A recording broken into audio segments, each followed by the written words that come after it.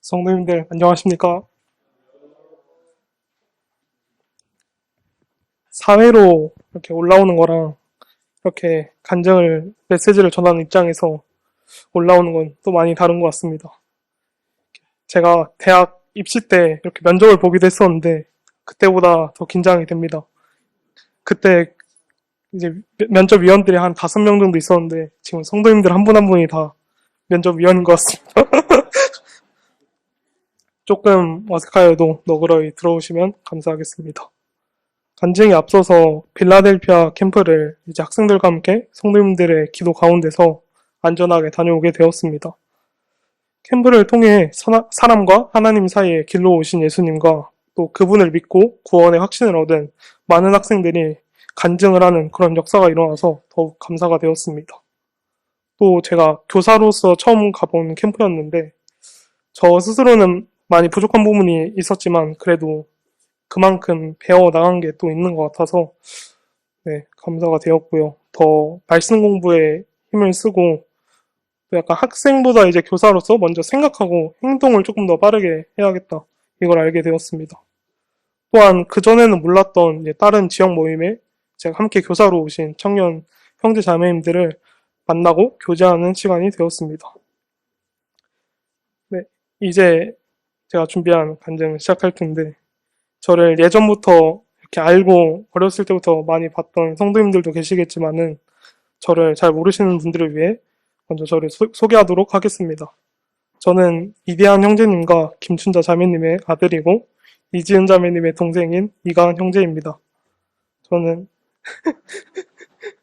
저는 2004년에 태어났고 현재 한국 나이로 21살 대학생입니다. 처음 이렇게 간증 날짜를 이제 메시지로 전달받고 나서 어떤 걸 준비해야 할까 고민이 많았었는데 그래도 제가 처음 올라온 만큼 아직 조금밖에 못 살았지만은 그래도 어떻게 살았는지를 성도님들께 말씀드리고자 합니다. 저는 모임 안에서 성도님이신 두 부모님 사이에서 태어나서 이렇게 어렸을 때 아기 때부터 잠실교회를 나오게 되었습니다. 지금 이렇게 주일날에도 많은 아기들이 이렇게 나오는데 저도 옛날에는 그런 아기들 중 한 명이었습니다. 그렇게 교회에서 나고 자란 어린 시절에 교회는 이제 성도님들의 사랑을 받고 함께 놀 수 있는 친구나 형이나 누나들이 있던 즐거운 곳이었지만 제가 많은 잘못을 해서 따끔하게 혼날 때도 많았던 조금 무섭기도 했던 그런 공간이었습니다.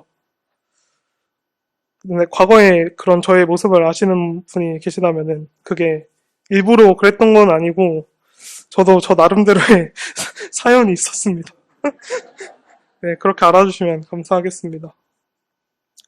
그렇게 자라면서 주일학교를 거치며 여러 성경 속 이야기들을 배우면서 이제 초등학교 3학년 때쯤에 처음 구원이라는 단어와 개념에 대해서 배우게 된 것 같습니다. 그 당시에는 많이 어렵기 때문에 믿음으로 구원을 이룬다는 것을 이해하지 못했던 것 같습니다. 이렇게 모임에서 했던 복음 집회의 말씀을 들어도 아무래도 이렇게 모임에서 하는 복음 집회의 대상은 성인이었기 때문에 이해하기 어려웠지만은 반대로 이제 방학 때마다 가던 어린이 캠프에서 듣는 복음 말씀은 이해하기 쉬웠고 그때부터 본격적으로 구원에 대한 개념이 자리 잡히게 된 것 같습니다. 하지만 이제 저도 대부분의 성도님 가정에서 태어난 아이들과 같이 캠프병에 걸리게 되었습니다. 이게 이제 저번에 성도 집회에서 강사 형제님께서 말씀하신 부분인데 학생들이 이제 캠프에 가고 한 2주에서 3주 동안은 이렇게 맑은 정신으로 구원의 확신을 얻은 상태였다가 시간이 이렇게 흐르게 되면은 다시 원래대로 돌아오는 그리고 이제 나 구원 안 받는 것 같은데 라고 말하게 되는 이런 현상을 말합니다. 초등학교 9학년 때 이런 병에 걸린 저는 그것의 사슬을 중학교 1학년 때 처음으로 간 호남 학생 캠프에서 해결하게 되었습니다. 그때 허윤욱 형제님께서 전하시는 복음 말씀의 힘과 우연치 않게 이제 해강형을 따라가다가 의도치 않게 이렇게 합석해서 복음 상담을 이제 지역교회 장로 형제님들과 하게 되었는데 그것 덕분에 그제서야 구원의 확신을 얻을 수 있었습니다. 요한복음 1장 12절과 로마서 4장 20절, 고린도전서 12장 3절 이런 말씀들인데 아마 많은 분들이 구원 말씀으로 받고 성도님들도 잘 아시는 그런 구절들일 겁니다. 이때 제가 의심이 들었던 부분이 무엇이냐면 제가 구원을 받았다고 생각하고 쭉 살다가 나중에 죽고 나서 하나님께서 너 구원받은 거 아니야. 지옥 가야 돼. 라고 하면은 어떨까. 이런 되게 두려운 마음이 그때 가득했었습니다. 그래서 제가 확신이 제대로 쓰지 못했었는데 그제서야 이제 내가 잘해서 그렇게 받은 구원도 아니고 내가 무언가를 해야 하는 것도 아니고 정말 말씀대로 하나님의 아들인 예수님께서 나를 위해 십자가에서 죽으셨다. 이 사실을 그저 감사함 믿고 감사함으로 받기만 하면 된다는 것을 그때 깨달았습니다. 그리고 잠실 모임에서 이제 2017년도와 2018년도에 두 번 구원 간증을 하고 2018년도에 침례에 순종하게 되었습니다. 정말 그 두 해는 저에게 가장 열심히 제가 말씀을 보고 배우려고 했던 것 같습니다. 중학교 1학년 때 처음으로 성경 1독을 하게 되었고 18년도에는 이제 3독을 하려다가 약간 실패했지만은 어쨌든 그때 성경을 이게 텍스트로 구절로 많이 읽게 된 것이 나중에 조금 영적으로 상태가 좋아지지 못했을 때 그때 약간 무의식적으로 말씀을 떠올릴 수 있는 그런 계기가 되었던 것 같습니다. 어쨌든 이렇게 막 침례를 받고 성도가 되고 나서 처음에는 이제 열심히 다 가득하잖아요. 근데 그러다가 저에게 첫 약간 시련으로 다가온 것이 바로 이제 공부였습니다. 공부가 저에게 큰 유혹이 되었었는데 이제 중학교 2학년 때 제가 처음으로 학교에서 시험을 보게 되었습니다.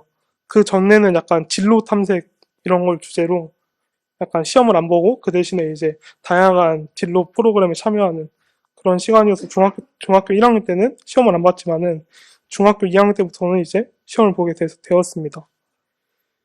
그때 그 전에 이제 저는 누나가 있으니까 저희 누나가 시험 공부를 하느라 이제 저는 이제 엄마랑 이제 재밌게 드라마를 보고 있는데 누나는 이제 방으로 가서 공부에 열심히 하는 그런 모습을 보면서 아, 이제 시험 공부를 하면은 내가 좀 하고자 하는 걸, 이런 걸 좀 포기를 하고 내가 매달려야 되구나, 이런 자세를 배우게 된 것 같습니다.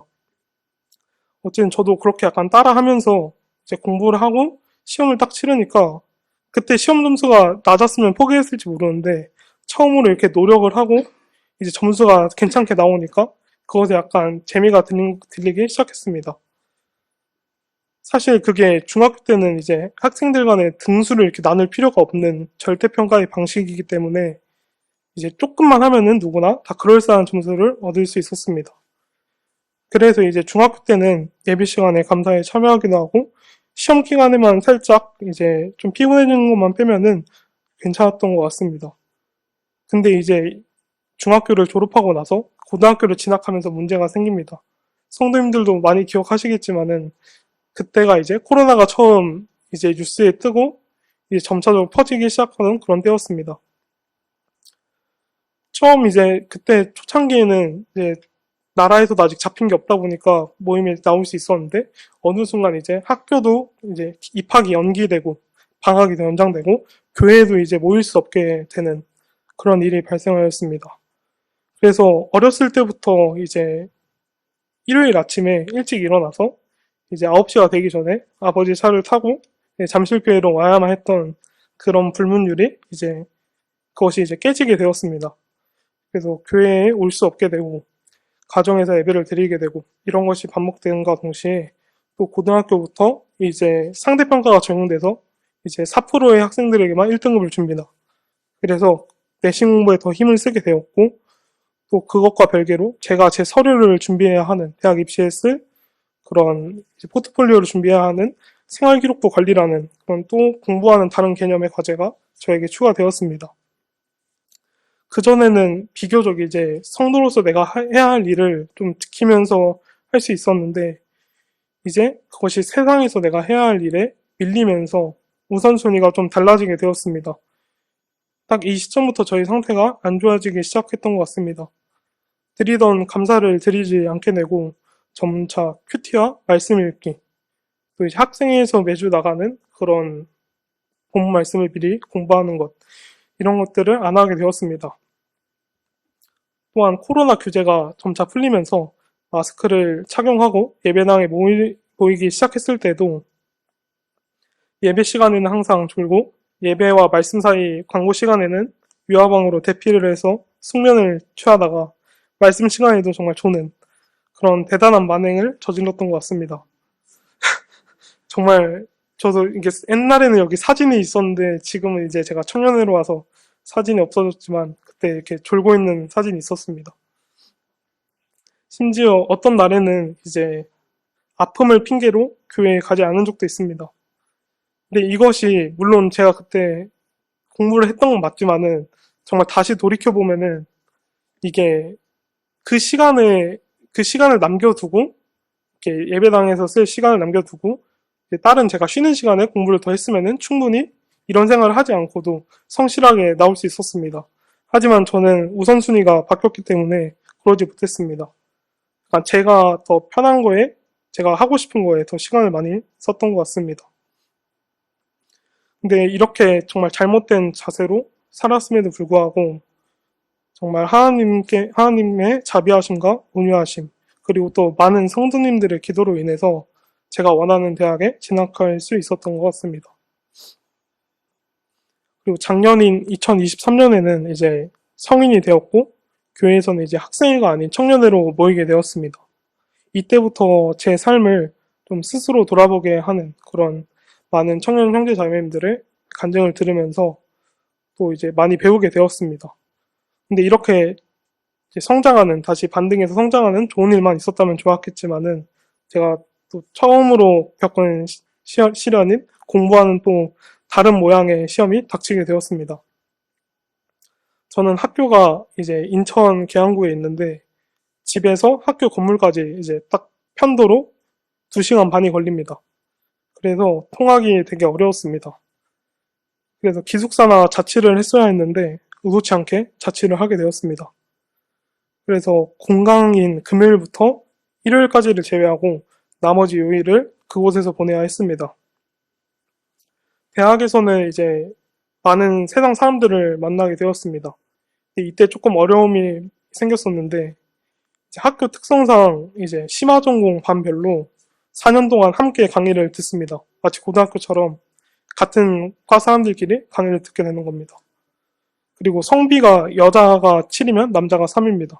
그래서 여자가 더 많고 또 나이도 다 제각각 다르고 그래서 약간 조금 마음이 맞는 친구를 찾기도 어려웠고 그래서 아마 약간 학교에서 수업 강의를 들을 때는 괜찮았지만은 이제 끝나고 있을 곳이 없으니까 자취방을 혼자 가게 돼서 혼자 지내다 보니 약간 상태가 좀 안 좋아졌습니다. 동기들과의 약속이나 이런 모임에도 여러 번 참석해 보았지만은 그렇게 잘 어울리지 못했던 것 같습니다. 이제 기존 중고등학교 때는 아무래도 성비도 골고루 갖춰져 있고 또 다 동갑내기다 보니까 물론 다 모두가 마음이 맞진 않지만은 마음이 맞는 친구가 한두 명은 그래도 만날 수 있었는데 대학교는 그러지 못했습니다. 그래서 약간 학기 초에는 좀 우울해지기도 하고 많이 힘든 시간을 보냈던 것 같습니다. 이때 제가 깨달은 것은 제 사무엘상 16장 7절 말씀인데요. 이제 말씀을 이제 보면은 이제 사람은 외모를 보지만 세상에서 좋게 여기는 것들과 성도로서 귀하게 여기는 가치는 다르고 하나님께서는 이제 그 사람의 중심을 보신다는 그런 사실을 기억하게 되었습니다. 그래서 저는 이제 이때부터 내가 세상 사람들과는 이제 정말 이렇게 잘 동화돼서 어울리는 사람이 되지는 못하겠다. 이걸 이때 깨달은 것 같습니다. 또한 그전에는 몰랐던 다양한 세상의 문화와 모습을 알게 되었습니다. 이제 어렸을 때, 주일학교 때 전석 형제님께서 어린이날 선물로 주신 일러스트 개역개정 성경이 있었습니다. 일반 성경책과 같지만은 이제 성경책의 일부 부분에 어린이를 대상으로 쉽게 이제 쓰여 있는 주석도 조금 있고 또 성경의 이제 말씀 맥락에 따른 사진 자료나 이런 일러스트로 좀 이해하기 쉽게 그림으로 표현해 놓은 그런 부분이 있는 그런 성경책이었습니다. 그때 복음서에서 이제 예수님께서 사탄에게 시험 받는 그런 장면 또한 이제 그림으로 그려져 있었는데, 거기서 이제 사탄이 이제 높은 곳으로 올라가서 예수님에게 이제 이걸 가르치면서 나에게 절하라 이런 장면이 있잖아요. 그럼 이걸 너에게 다 예수님께 주겠다 이런 말씀이 있는데, 저는 그 장면을 딱 그림으로 보면서 생각보다 별거 아닌 것 같다. 왜냐면 이게 그림이 좀 되게 아기자기하게 그려져 있으니까요. 근데 지금 이렇게 커서 이거를 이제 그 장면을 현대의 세상 가치에 있는 이런 물건들이나 개념으로 환산해서 보니까 나는 정말 그것을 아주 조그마한 부분에도 흔들리는 사람이구나 이렇게 깨닫게 되었습니다.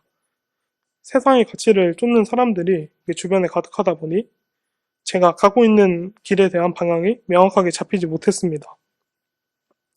이렇게 영적 상태가 계속 안 좋아지다 보니 제게 한 가지 큰 두려움이 생겼습니다. 바로 제가 태어나고 이제 지금까지 예배당에 나오지 않은 것이 되게 극히 드물었고, 교회가 없는 삶에 대해서 이제 일요일 날 이제 그냥 집에서 자는 그런 삶에 대해서 생각을 많이 못 해봤습니다. 근데 어렸을 때를 좀 돌아보면은 주일학교나 이제 학생의 선생님들, 그때 계셨던 분들이 지금은 어느 순간 보이지 않게 되고 지금도 못 만나는 것이 바로 이것 때문이었겠구나. 여기서 내가 이렇게 길을 붙잡고 있으면은 나도 언젠가는 이제 예배당에 나오는 게 확실시 되지 않을 수 있겠다라는 생각이 들었습니다. 그 전까지는 이제 부모님께 이끌려서 예배당에 갔지만은 언젠가는 그것이 통하지 않을 때가 분명 올 거다. 내가 예배당에 가는 목적이 무엇인지 확고히 하고 보이는 것에 힘써야겠다는 생각이 들었습니다. 이렇게 마음가짐을 잡고 나니 조금씩은 달라지기 시작했습니다. 이것이 작심삼일로 끝날 수도 있었지만은 그만큼 이제 도움을 주는 청년 형, 누나들 그리고 또 성도님들이 계셨기 때문에 다시 이제 설 수 있었던 것 같습니다. 특히나 이제 그 전에 코로나 동안은 드리지 못했던 예배 시간에 감사에 참여하는 것에 대해서 이제 딱 우연치 않게 이제 제가 청년이 되면서 보게 된 이삭이 형으로부터 도움을 많이 받았던 것 같습니다. 항상 이제 같은 예배 시간에 이렇게 같은 앞쪽에 옆자리에 앉게 되었는데 거의 돌아보면은 항상 형은 예배 시간에 감사에 참여를 했던 것 같습니다. 그런 자세를 보면서 저도 이제 감사에 대해서 다시 생각을 하게 되었고, 또 이제 저에 대해서 많이 제가 고민됐던 부분들을 많이 상담해 주기도 했습니다. 어렸을 때는 그 형으로 인한 힘듦이 많았는데 성도님들은 잘 아실 거라고 생각을 합니다. 네, 정말 힘들었었는데 그래도 잘 성장해서 온 형처럼 저도 잘 커 나가면 좋을 것 같습니다. 그 이후 2학기 때부터는 이제 변화된 마음가짐으로 최대한 수요 집회에 참석하는 것에 힘을 쓴 것 같습니다. 각 시간표도 수요일 날 오후가 비는 시간표로 잘 조정이 되었고, 이렇게 좀 오고 가는 것이 좀 힘들었지만 그래도 수요 집회에 참석을 하면 듣는 이제 간증 말씀과 또 레이기 강의나 이런 말씀 시간들을 통해서 저의 신앙생활의 성장도 있었고, 또한 기도에 대한 부분에서 많이 생각이 바뀐 것 같습니다. 그 전까지는 기도의 힘에 대해서 약간 이론으로만 알고 그것이 뭔가 이루어진다거나 이런 것을 느껴보지 못했는데, 수요 집회 기도 시간을 통해 성도님들이 무엇을 기도하는지, 그리고 또 그것이 왜 그래야 하고 또 그것이 이루어지는 과정, 이런 거를 경험하게 되었습니다. 또 1학기 때는 무너졌던 세상과 저의 정체성 확립에서 하나 받은 말씀이 있습니다. 그것이 다니엘서 1장 8절 말씀입니다. 성도님들이 잘 아시는 말씀이지만 제가 한번 읽어보겠습니다. 다니엘은 뜻을 정하여 왕의 진미와 그의 마시는 포도주로 자기를 더럽히지 아니하리라 하고 자기를 더럽히지 않게 하기를 환관장에게 구하니. 그리고 그 다음 절을 보시면은 하나님이 다니엘로 환관장에게 은혜와 긍휼을 얻게 하시니라 라고 말씀하고 계십니다. 이 말씀을 보고 세상에서 저를 지켜주시는 하나님을 보게 되었고, 하나님의 말씀대로 행하고자 하면 분명 그것을 이뤄주시는 하나님을 보게 되었습니다. 또한 이 말씀에서 가장 중요하다고 생각하는 부분인 뜻을 정하여 라는 부분은 킹제임스 흔적 버전으로 보면은 마음속에 작정하였으므로 자기를 더럽히지 아니하려고 내시들의 통치자에게 요청하니 라고 이제 번역되어 있습니다. 하나님께서 이제 나를 구원하시고 끝이 아니라 세상에서 이제 구분하여 불러낸 무리에 속한 그리스도임을 기억하고 그 가치를 지켜나가는 것이 얼마나 소중하고 중요한지를 깨닫게 되었습니다. 또한 내가 이렇게 구분하여 불러냄을 입은 성도인 내가 세상에 있는 이유가 내가 들은 복된 사실을 이제 세상 사람들에게 전하기 위함임을 항상 깨닫고 힘써야겠다는 사실을 알게 되었습니다. 그리고 또 이제 하나님을 경험한 가장 최근에 있었던 경험인데요. 빌라델피아 캠프 일정 중에 대학 수강 신청이 있었습니다. 이제 저희 학교는 시간표가 기본적으로 짜여져서 나오는데, 예를 들어서 뭐 강의 시간대를 바꾸거나 아니면은 일부 선택 과목을 고르기 위해서 수강 신청을 해야 하는 그런 시스템입니다. 근데 거기에는 이제 워낙 오지라서 약간 되게 끄트머리에 있거든요. 이게 김포인데 굉장히 끄트머리에 있어서 근처에 뭔가 걸어서 갈 수 있는 그런 PC방 같은 이런 컴퓨터가 있는 시설도 없고, 그래서 집에 그냥 미리 가야 되나 이렇게 생각하고 있던 와중에 이제 캠프 내 활동을 하면서 우연치 않게 저랑 딱 같은 날 같은 시간에 수강 신청을 하는 청년 자매님이 있는 거예요. 그래서 그분과 함께 이제 캠프 스텝 형제님께 도움을 요청을 해서 차량 지원을 받아서 차로 이제 좀 걸리는 거리에 PC방에 가서 수강 신청을 이렇게 잘 마칠 수 있었습니다. 특히 이번에 좀 걱정이 되었던 점이 그 짜여져서 나오는 시간표가 이제 수요일 6시에 끝나는 수업이 있는 거예요. 그런데 그 6시에 끝나면은 수요 집회 오기가 굉장히 어려워지니까 그 시간표를 딱 바꾸고 싶었거든요. 근데 정말 다행스럽게도 이제 그거를 딱 바꿀 수 있었고, 그리고 또 지나고 보니까 제가 바꾼 그 시간대의 수업을 바꾸고 싶어 하는 사람들이 정말 많은 거예요. 그래서 막 제발 바꿔달라고 이제 인터넷 게시판에 올라오기도 하고, 다행스럽게도 이렇게 허락해주신 하나님이 정말 감사가 되었습니다. 아까 다니엘서 말씀대로 정말 마음을 이렇게 뜻을 이제 확고해서 하나님께 구하면은 정말 하나님께서 들어주신다는 것을 이렇게 올 한해 처음부터 이제 경험을 하게 된 것 같습니다. 그리고 또 저번 모임의 날 이제 행사 때 이제 마지막으로 성도님들이 이제 가실 때 말씀 카드를 한 장씩 나눠드렸습니다. 그때 제가 받은 말씀 카드가 골로새서 1장 10절 말씀입니다.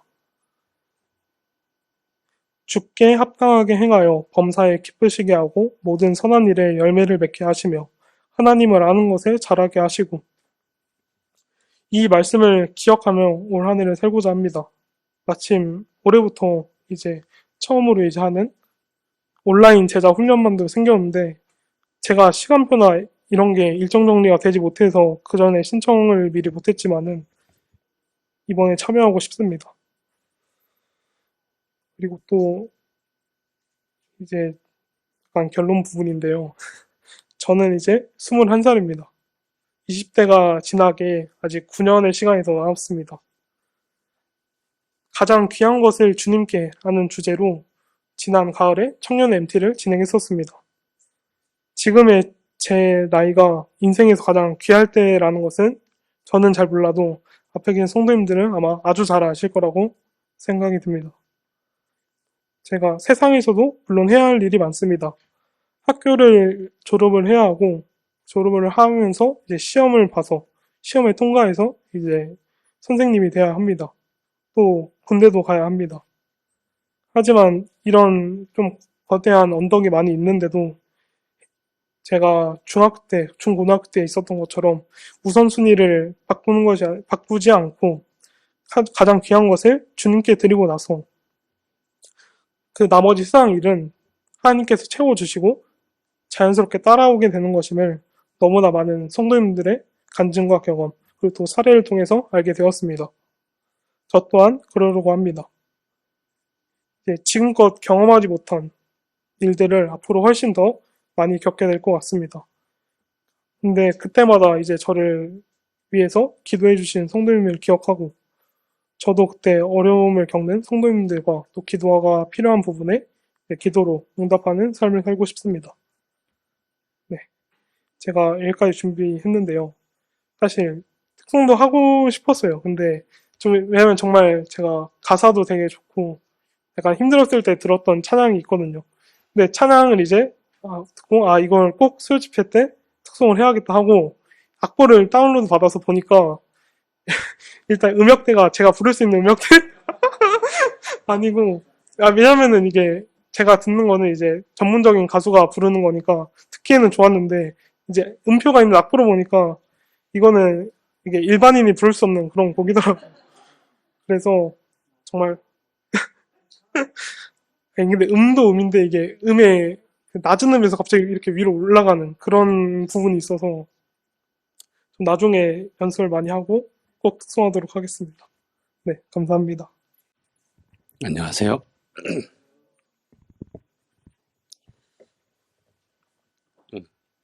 이가은 형제. 제가 생생한 증인입니다. 하남시 어느 동네 모년 모월 모시에 태어나서 성년이 되기까지 거의 유아기 때부터 질풍노도의 시간을 보냈던 그런 아이였어요. 뭐 답이 없었어요. 답이. 교제가 안 됐고 어, 그 교회에서 온유하기로 소문난 우리 아버지 이대한 형제님도 극대노하면서 몇 번 감정의 깊은 고를 건너고 말았던 그거를 봤죠. 그런데 우리 춘자자매, 엄마 되는 춘자자매가 변함없이 변함없이 품고 또 애정을 쏟는 모습을 봤어요. 그게 이제 우리 가은 형제한테는 안정될 수 있는 가장 기본적이고 중요한 그런 자기 밭이었던 것 같아요. 엄마라면 나의 이런 모습, 이런 태도 나무라지 않고 다 받아서 품고 그리고 내 편이다라고 하는 게 아이들을 클 때 이런 정서적인 안정감이 굉장히 중요하다고 그래요. 그래서 가족, 특히 이제 부모만큼은 내가 어떻든 간에 내 편이다라고 하는 그런 안정감이 생기면 일단 아이들한테는 참 좋은 상황이고 그리고 어려서부터 자존감이라는 게 이렇게 길러진다고 합니다. 그렇지 못한 경우에는 뭐 아무리 윤택하고 그리고 좋은 환경에서 자란다 할지라도 그런 안정감이 부족할 때는 늘 불안하고 또 성년이 되어서도 그 악영향은 고스란히 드러난다고 하는데 우리 가은 형제는 예, 엄마 뱃속에서 태어날 때부터 지금까지 제가 한번 생생한 증인이니까 우리 둘째하고도 이제 동갑이고 그래서 크는 거를 쭉 지켜봤는데 여러분들 그 같이 교제하면서 나눠서 들어서 알겠지만 굉장히 의젓하죠? 예, 의젓해졌어요. 책임감 있고 그리고 야무지게 자기가 해야 될 일들 끈기 있게 잘 해내고 있고 앞으로도 그렇게 잘 할 그런 청년 형제죠. 거기다가 저는 한 가지 더 말씀을 드리고 싶은 게 하나님 참 놀라우신 분이다. 가은 형제를 이토록 예쁘게 변화시켜 주셨다. 거기다가 엄마를 잘 그렇게 주님이 사용하셔서 가은이가 안정되게 주님의 자녀로 잘 자랄 수 있었던 것 같아요. 너무 흐뭇하고요. 우리 아이들이 이제 자기의 자리에서 책임 있는 그런 모습들로 하나둘 그렇게 갖춰가는 것들을 보니까 좀 대견하고 참 좋네요. 가은 형제?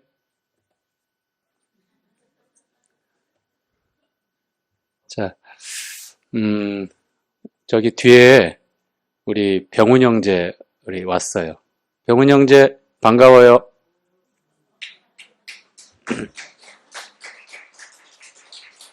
고맙습니다. 그리고 오늘 저기 뒤에 또 우리 임재희 청년 형제님 참여하고 있는데 교회 근처에 일이 있어서 왔다가 집회에 참석하겠다고 해서 같이 함께 자리에 있습니다. 환영합니다. 네.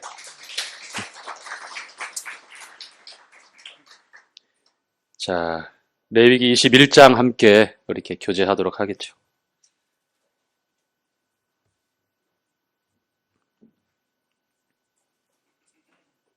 자, 레위기는 17장, 16장, 17장을 기준으로 해서 1장부터 5장, 7장까지 5대 제사, 번제, 소제, 화목제, 속건제, 속죄제 이렇게 차례대로 소개하고요. 그 다음에 8장부터 제사장을 어떻게 위임해서 아론과 그 아들들을 대제사장으로 제사장으로 세워서 하나님과 백성 사이의 중재 역할, 예배자 역할을 어떻게 하는지에 대해서 말씀을 그렇게 기록되어 있고요. 순서대로입니다.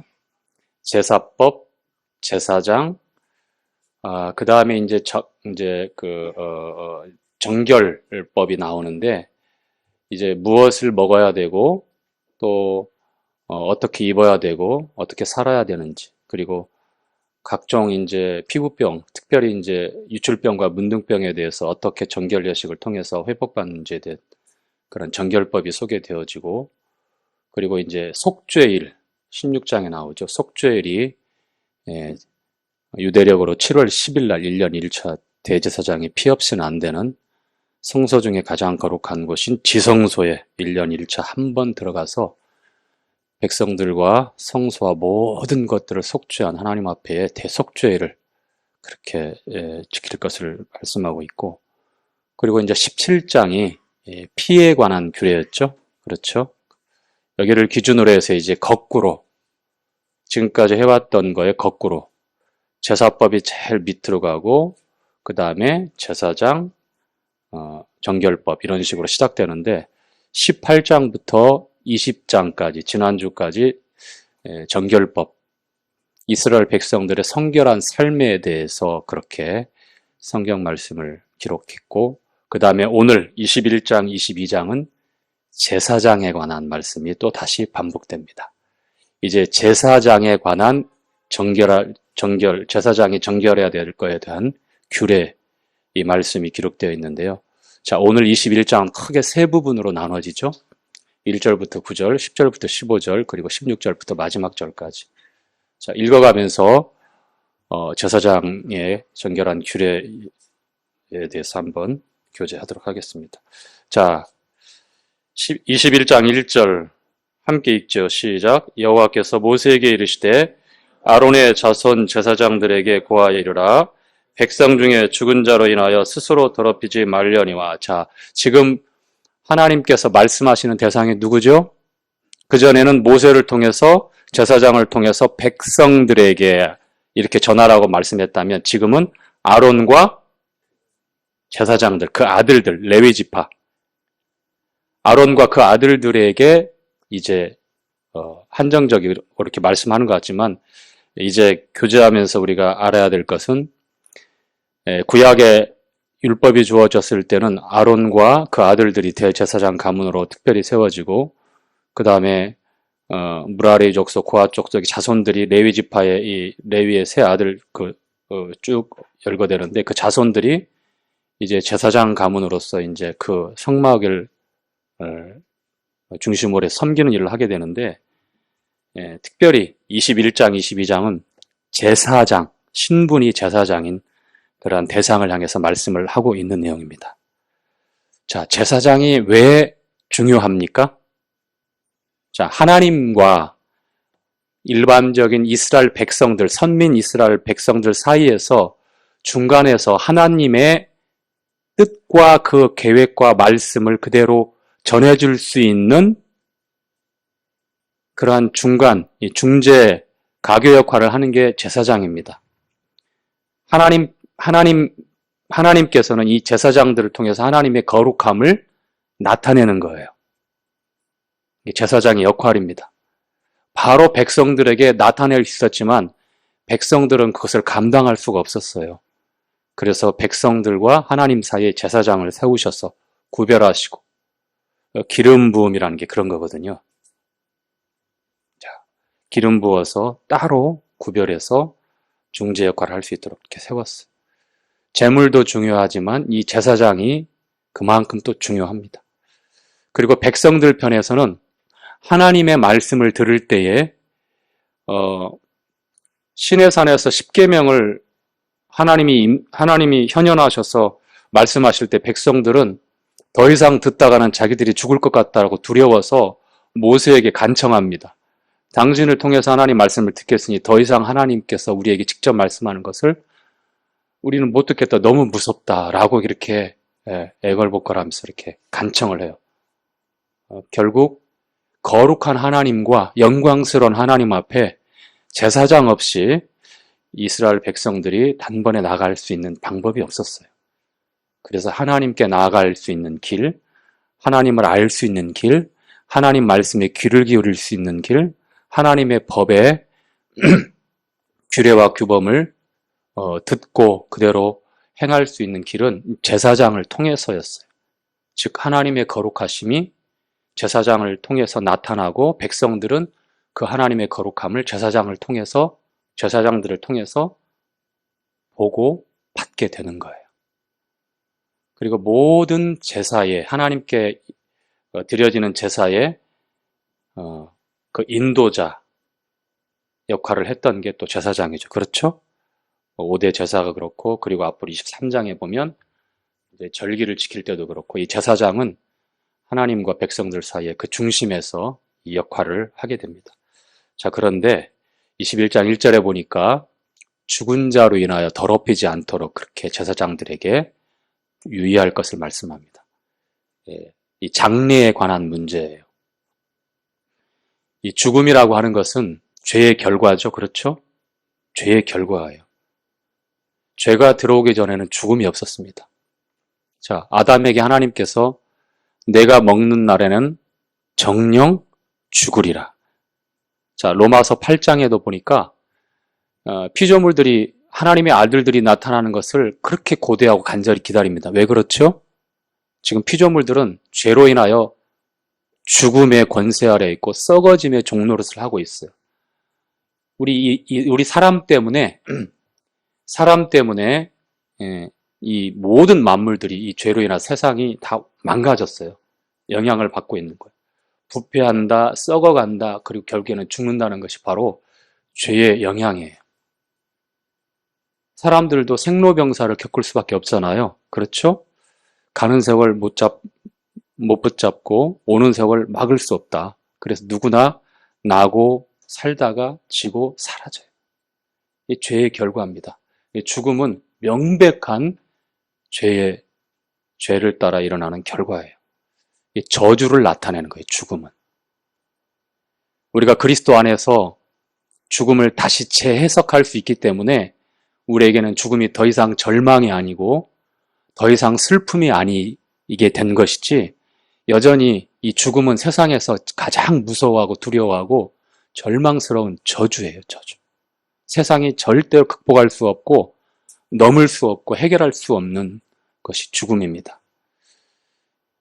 인류 역사 6,000년의 시간이 쭉 흘러왔지만 이 죽음 때문에 사람들은 그렇게 많은 생각을 합니다.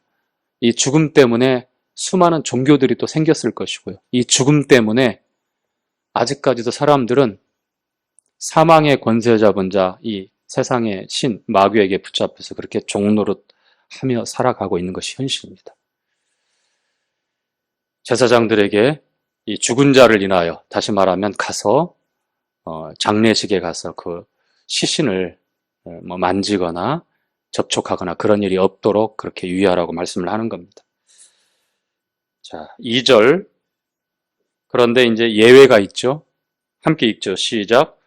고륙지친인 부모나 자녀나 형제나 출가하지 아니한 처녀인 친자매로 인하여 몸을 더럽힐 수 있느니라. 자, 여기서 보면 몸을 더럽힐 수 있느니라 라고 하는 것은 직계 가족, 가족에 한해서는 이 장례 절차를 따라서 슬퍼하고 함께 참여해도 된다라고 이렇게 허락이 되어 있습니다. 단 가족일 때만, 직계 가족들, 여기에 기록된 가족들. 그만큼 이 관혼상지에 있어서 이 장례식만큼 예를 갖추고 고인에 대한 명복을 빌기도 하고 그 다음에 가족들을 위로하는 그러한 좋은 이 풍습이라 할지라도 이 결과에 따라서 왜 이것이 왔는지에 대해서 생각을 해야 되고 특히 제사장들은 이 저주를 상징하는 이 죽음과는 거리를 두고 있어야 된다고 항상. 왜냐하면 하나님은요 아브라함과 이삭과 야곱의 하나님이잖아요. 그러시면서 뭐라고 말씀했어요? 하나님은 죽은 자의 하나님이 아니라 산자의 하나님이라고 그랬어요. 산자의 하나님. 그렇죠? 그런데 성경에서 아벨은 죽었지만 믿음으로 오히려 말하고 있다고 했죠. 증거한다고 그랬죠. 그렇죠? 산자라는 건 그거예요. 그리스도 안에 있는 자들. 하나님의 말씀 가운데 있는 자들. 이제 주님은 요한복음 11장에서 그 말씀을 더 분명하게 말씀해요. 나는 부활이요 생명이니 나를 믿는 자는 죽어도 살겠고 무릇 살아서 나를 믿는 자는 영원히 죽지 아니하리라. 죽어도 살겠고 살아서 믿는 자는 영원히 죽음을 보지 않는다고 하는 것. 우리 주님의 부활이 바로 그것을 명백하게 증명했습니다. 죄와 사망의 권세를 이기시고 우리에게 이제 더 이상 죄를 인하여서 저주받은 죽음에 묶여있는 그러한 존재들이 아니라 그리스도의 부활의 영광 가운데 새롭게 거듭난 새로운 피조물이라고 하는 사실을 성경 말씀은 강조하고 기록하고 우리에게 분명하게 전달하고 있습니다. 여러분 부활의 사람들이죠? 네. 자, 4절 함께 읽죠. 제사장은 시작. 제사장은 백성의 어른인즉 스스로 더럽혀 욕되게 하지 말라. 자, 여기서 보면 백성의 어른이라고 했을 때에 나이가 많고 인생의 경험이 많아서 그렇게 어른이라고 표현했을까요? 여기서 말하는 어른의 의미는 무슨 의미일 것 같습니까? 그렇죠?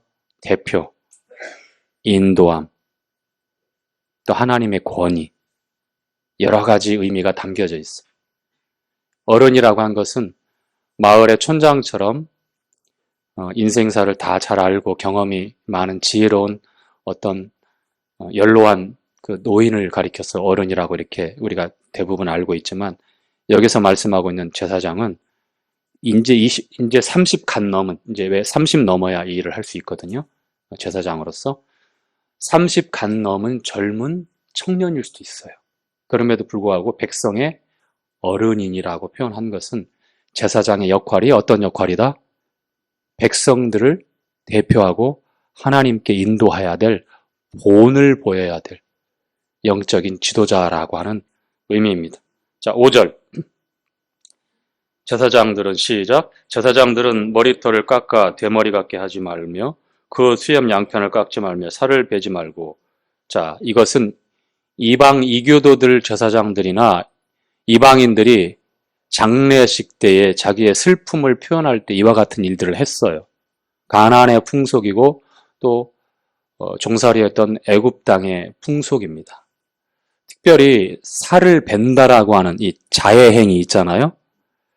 우리가 성경에서 읽어본 적 있잖아요. 바알과 아세라 이 제사장들과 850대 1로 싸웠던 선지자 누구죠? 갈멜산에서 엘리야죠. 엘리사라고 하면 안 돼요. 엘리야, 갈멜산에서 바알 선지자 400명, 아세라 여신 450명에서 850명하고 누가 진짜 하나님인지 결판을 내자 했는데 결국 어떻게 됐어요? 하루 종일 제사 지내고 난리 굿을 쳤죠. 심지어는 바알에게 아세라 여신에게 그렇게 경배하고 숭배하고 자신들이 경험했던 특별한 신비적인 경험이 있음에도 불구하고 그 자리에서는 어떠한 반응도 없습니다. 그래서 결국에 안 되니까 어떻게 해요? 마지막으로 자기의 살을 제사장들이 찢어서 피를 내어서 자해해서 자신들의 간절함을 보여주는 거예요. 내가 섬기는 신에게. 그러니 제발 응답해 주십시오라고 하는. 이교도의 풍습에 보면 이런 것들이 있어요. 역시 장례의 풍습에도 머리를 밀고 수염을 이상하게 깎고 뜯는 거죠. 이렇게 양쪽을 뜯기도 하고 슬픔을 나타낼 때 그 다음에 살을 베기도 하고 그 다음에 우리가 레위기 읽어서 왔지만 정결법에 봅니까? 망자를 기억하면서 뭘 새겨요? 몸에다가 타투, 문신을 새겨요. 문신. 지금은 하나의 문화로 자리 잡는데 그래서는 안 됩니다. 유래가 좋지 않아요. 몸에다가 낙서하는 거 참 안 좋아요. 하지 마세요. 몸에다가 글씨 쓰는 것도 안 좋아요. 저는 근데 글씨를 써봤어요. 있냐고요? 없어요. 컨닝할 때 써봤어요. 손바닥에다가 땀 나가지고 지워지더라고요. 긴장해서. 그런 적이 있었다. 이렇게 이실을 짓고 해봅니다. 그런 거 말고요. 계속해서 남을 수 있도록 그렇게 배워서 거기다 잉크를 집어넣어서 새겨서 문양 자기가 좋아하는 사람 어떤 또 그리고 운동선수들 보면 막 팔뚝 연예인들 보면 온통 몸에다가 그 다음에 요즘은 여자들한테도 그것들이 유행이 아주 쉽게 번져가지고 여기에다 어깨 쪽에 나비 하나 딱 그려놓기도 하고 별 이렇게 시도를 하더라고요. 이게 다 애굽 가나안 풍속 세련되고 그리고 감각적인 욕망을 따라 뒤틀린 그런 가나안 풍속이라고 하는 것들. 망자에 대한 추억. 자, 그 다음에 6절 읽죠. 시작.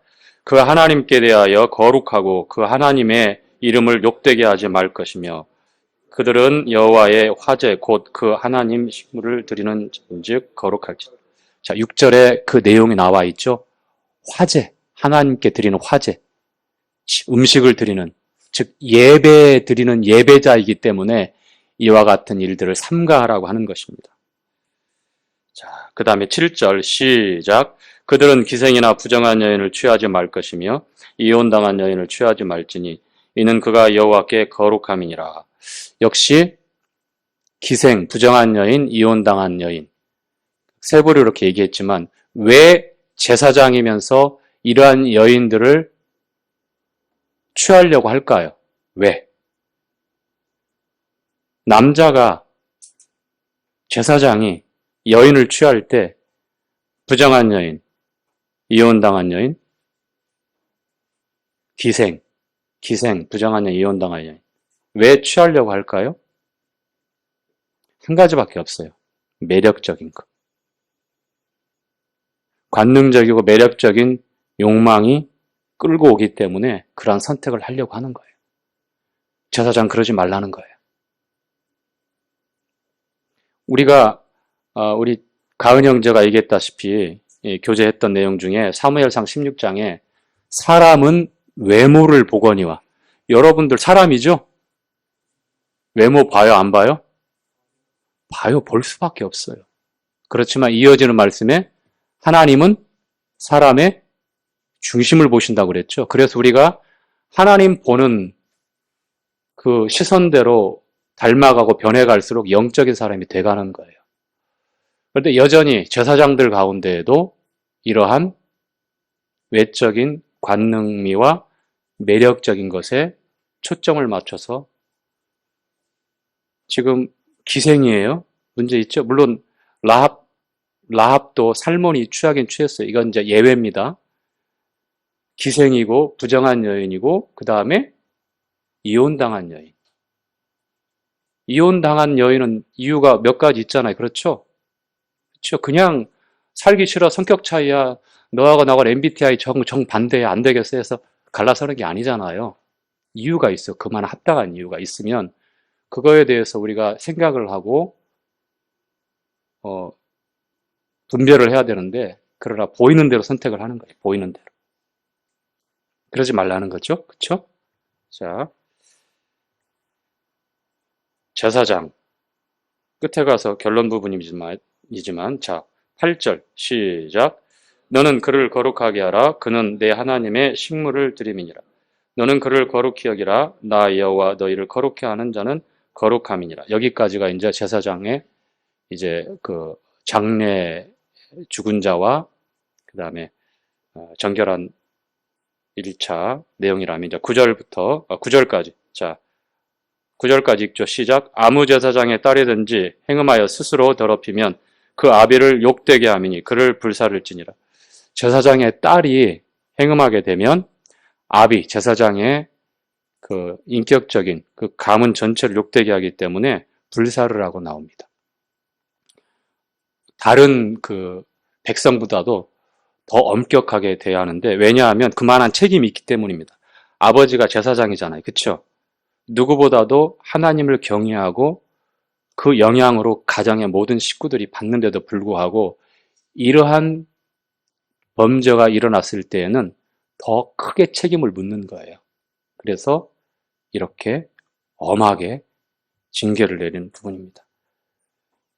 알고 있는 것과 모르고 있는 것 차이는 다르고요. 우리가 어떠한 상황에서 하나님 앞에서 말씀을 받느냐에 따라서 우리의 책임도 마찬가지예요. 자, 10절부터 읽겠습니다. 시작. 자기 형제 중 관유로 부음을 받고 위임되어 예복을 입은 대제사장은 그 머리를 풀지 말며 그 옷을 찢지 말며 어떤 시체에든지 가까이 말지니 부모로 인하여도 더러워지게 말며 성소에서 나오지 말며 그 하나님의 성소를 더럽히지 말라. 이는 하나님이 위임한 관유가 그 위에 있음이라. 나는 여호와니라. 자, 그는 13, 14, 15까지 시작. 그는 처녀를 취하여 아내를 삼을지니 과부나 이혼된 여인이나 더러운 여인이나 기생을 취하지 말고 자기 백성 중 처녀를 취하여 아내를 삼아라. 그 자손으로 백성 중에서 더럽히지 말지니 나는 그를 거룩하게 하는 여호와임이니라. 자, 제사장 가운데서도 대제사장은 그 기준이 더 엄격해졌어요. 그렇죠? 가족이 죽어도 갈 수가 없어요. 일반 제사장들은 직계 가족들에 대해서는 열어줬지만 이제 아버지가 되었든 어머니가 되었든 가족 형제 중에 누가 되었든 죽어도 갈 수가 없어요. 그리고 이 대제사장은 성소를 떠날 수가 없습니다.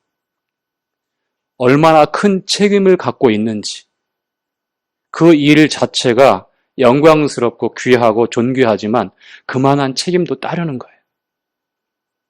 내 마음대로, 내 원하는 대로, 내키는 대로 그때그때 조변석계처럼 그때그때 상황에 따라서 내 입장에 따라서 달라진다면 얼마나 불안할 것 같아요.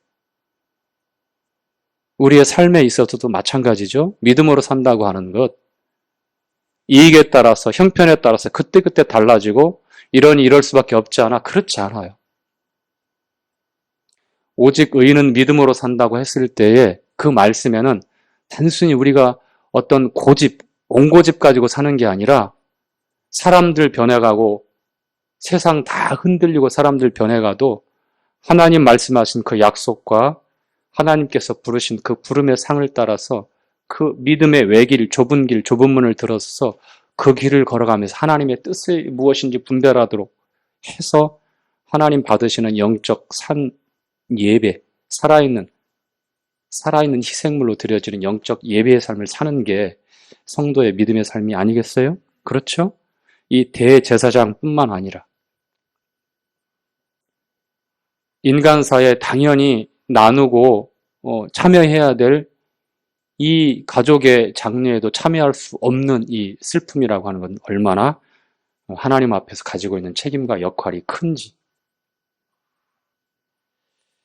그래서 이 대제사장에게는 일반 백성들보다 더 높은 도덕적인 영적인 기준이 제사장들에게 있다면 그 제사장들보다도 더 높은 도덕적 영적인 기준이 이 대제사장에게 있어요. 누가 이 일을 감당해야 합니까? 제사장이 누굽니까? 자, 베드로전서 2장 찾아볼까요? 베드로전서 2장 5절.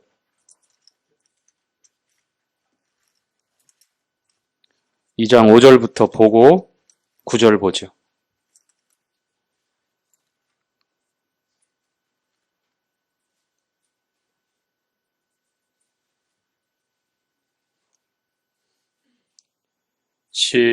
너희도 시작. 너희도 산돌같이 신령한 집으로 세워지고 예수 그리스도로 말미암아 하나님이 기쁘게 받으실 신령한 제사를 드릴 거룩한 제사장이 될지니라. 자, 하나님이 기쁘게 받으실 영적인 제사를 드릴 거룩한 제사장이 될지니라. 맞습니까? 자, 그래서 2장 9절에 이렇게 말씀합니다. 오직 시작. 오직 너희는 택하신 족속이요 왕같은 제사장들이요 거룩한 나라여 그의 소유된 백성이니 이는 너희를 어두운 데서 불러내어 그의 기이한 빛에 들어가게 하신 자의 아름다운 덕을 선전하게 하려 하심이니라. 내 개인사에, 내 형편에, 유불리에, 손익에 따라서 그때그때 굽어지고 달라지고 자리를 옮길 수 있고 내 신분을 변케 한다면 이와 같은 역할을 감당하기에는 불가능하겠죠? 그렇죠. 누가 제사장입니까? 바로 여러분입니다. 저와 여러분이 하나님 앞에 왕가의 제사장으로 구별되고 세워져 있어요. 로얄 프리스후드.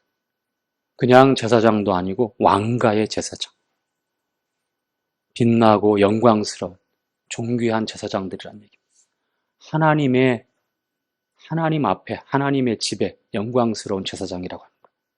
우리가 예배 드리는 것은 습관에 의해서 시계추처럼 왔다 갔다 하면서 이렇게 했으니까 그렇게 해야지 그런 마음이 아니잖아요. 그런 게 아니잖아요. 그렇죠? 어떻게 왜 하나님께 예배드리는 제사장인가? 그리고 그 역할을 누가 감당해야 되는가? 자, 16절부터 마지막까지 읽죠. 여호와께서 시작. 여호와께서 모세에게 일러 가라사대 아론에게 고하 이르라. 물은 너의 대대 자손 중 육체에 흠이 있는 자는 그 하나님의 식물을 드리려고 가까이 오지 못할 것이라. 무릇 흠이 있는 자는 가까이 못할지니 곧 소경이나 절뚝발이나 코가 불완전한 자나 지체가 더한 자나 발 부러진 자나 손 부러진 자나 곱사등이나 난장이나 눈에 반박이 있는 자나 괴혈병이나 버짐이 있는 자나 불알상한 자나 제사장 아론의 자손 중에 흠이 있는 자는 나와 여호와의 화제를 드리지 못할지니 그는 흠이 있은즉 나와 하나님의 식물을 드리지 못하느니라. 일단 거기까지. 자, 여기서 흠이 있는 자. 하나님께 제물 드릴 때 흠이 있으면 제물로 드릴 수 있습니까? 안 됩니다. 왜 제물에 흠이 없어야 되죠? 제물을 드릴 때에 완전하게 흠이 없는 그 제물의 완전함이 나에게 전가되기 때문에 그래요. 나의 흠과 허물과 죄는 그 완전한 제물에게 다 전가 넘어가는 것. 그게 바로 구약의 희생 제사를 드릴 때의 원리예요. 만약에 제물에 흠이 있으면 하나님이 받으실 수 없다는 것은 내가 연락되지 않는다는 거예요. 왜 예수 그리스도가 흠이 없이 이 세상에 오신 하나님의 어린 양이셨겠어요?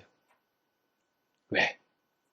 하나님께서 그럼 여기에 말씀 읽은 대로 보니까 제사장 가문의 자식들인데 흠이 있어요. 시력에, 얼굴에, 기형적으로 문제가, 장애를 갖고 있는 거예요. 하나님께서 장애를 갖고 있는 사람들을 구별하는 건가? 차별하시는 건가? 그렇지 않아요. 이거를 통해서 우리 주님을 나타내길 원하신 거예요. 물론 문자 그대로 그 당시 이와 같은 흠이 있는 사람들은 제사장 가문의 자식들이지만 제사장의 일을 할 수가 없었어요. 그러나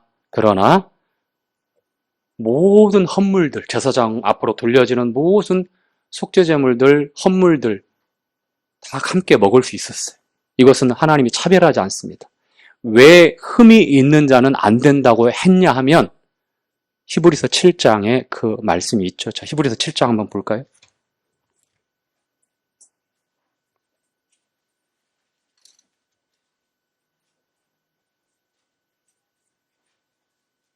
(26절입니다) 26절 시작. 이러한 대제사장은 우리에게 합당하니 거룩하고 악이 없고 더러움이 없고 죄인에게서 떠나 계시고 하늘보다 높이 되신 자라. 자, 우리 주님을 나타내는 거죠. 대제사장 우리 주님. 흠없으신, 그런 흠이 없어야만 대제사장으로서, 제사장으로서 하나님 앞에 백성들을 중재하고 제사를 드리고 예배를 관장하고 드릴 수 있었어요. 그런데 실체 되신 우리 주님이 오셔서 그와 같은 사역을 완성하실 때 여기에 기록된 대로 흠이 하나라도 발견되었다고 하면 하나님 앞에 우리의 대제사장으로서 우리를 대신할 수 없었겠죠. 그렇죠? 중보할 수 없었겠죠. 그렇죠? 자, 마지막까지 읽고 마치죠. 22절 시작. 그는 하나님의 식물이든지 먹을 것이나 장 안에 들어가지 못하고 이는 그가 흠이 있음이라. 이와 같이 그가 나의 성소를 더럽히지 못할 것은 나는 그들을 거룩하게 하는 여호와입니다. 모세가 이대로 아론과 그 아들들과 온 이스라엘 자손에게 고하였더라. 자, 21장은 제사장의 정결에 관한 규례의 말씀입니다. 제사장은 영적 도덕적인 기준이 있어야 되고요. 그리고 왜 죄의 결과인 이 죽음, 그것을 멀리해야 되는지, 특별히 대제사장은 어때야 됐는지, 그리고 우리의 대제사장 예수 그리스도가 흠이 없이 거룩하고 완전한 대제사장으로 우리를 위해서 어떠한 사역을 완성하셨고, 그리고 지성소에 들어가서 하나님 앞에 분명하게 그 사역을 보여드려주셨는지. 22장에는 이제 21장과 이어지는 성물에 관한 규례가 나옵니다. 성물과 희생 제물에 관한 규례가 나옵니다. 여기에 보면 어떻게 해야 되는지 또 나오죠. 자, 22장이 끝나면 이제 23장에는 일곱 절기가 나오죠. 그렇죠. 일곱 절기는 아마 한 번에 끝낼 수 없고 아마 두세 번 할 수도 있을 것 같아요. 한 두 번 이상 정도. 그렇게 해서 교제를 이어가도록 할게요. 자, 오늘 교제 마치도록 하겠습니다.